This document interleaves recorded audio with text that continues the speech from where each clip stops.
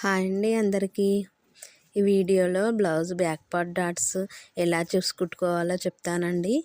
ఈ విధంగా నేను వీడియోలో చూపిస్తున్నట్టయితే పట్టుకోవాలి. షోల్డర్ మధ్యలో అలాగే నడుం కింద భాగము ఈ విధంగా పట్టుకున్నట్లయితే మనకి డాట్ అనేది వచ్చేస్తుందండి. అదేవిధంగా డాట్ పొడవు 4 ఇంచులు పెట్టుకోవాలండి. 4 ఇంచులు లేదా 3.5 ఇంచులైనా సరిపోతుంది. కొంచెం పెద్ద బ్లౌజ్ అయితే 4 ఇంచులు వరకు పెట్టుకోవాలి. కాస్త చిన్న బ్లౌజ్ అయితే చిన్న సైజ్ బ్లౌజ్ అయితే 3.5 అయినా సరిపోతుంది. డాట్స్ వేసిన తర్వాత ఈ విధంగా నడుం పట్టి అనేది అయితే వేసుకోవాలండి.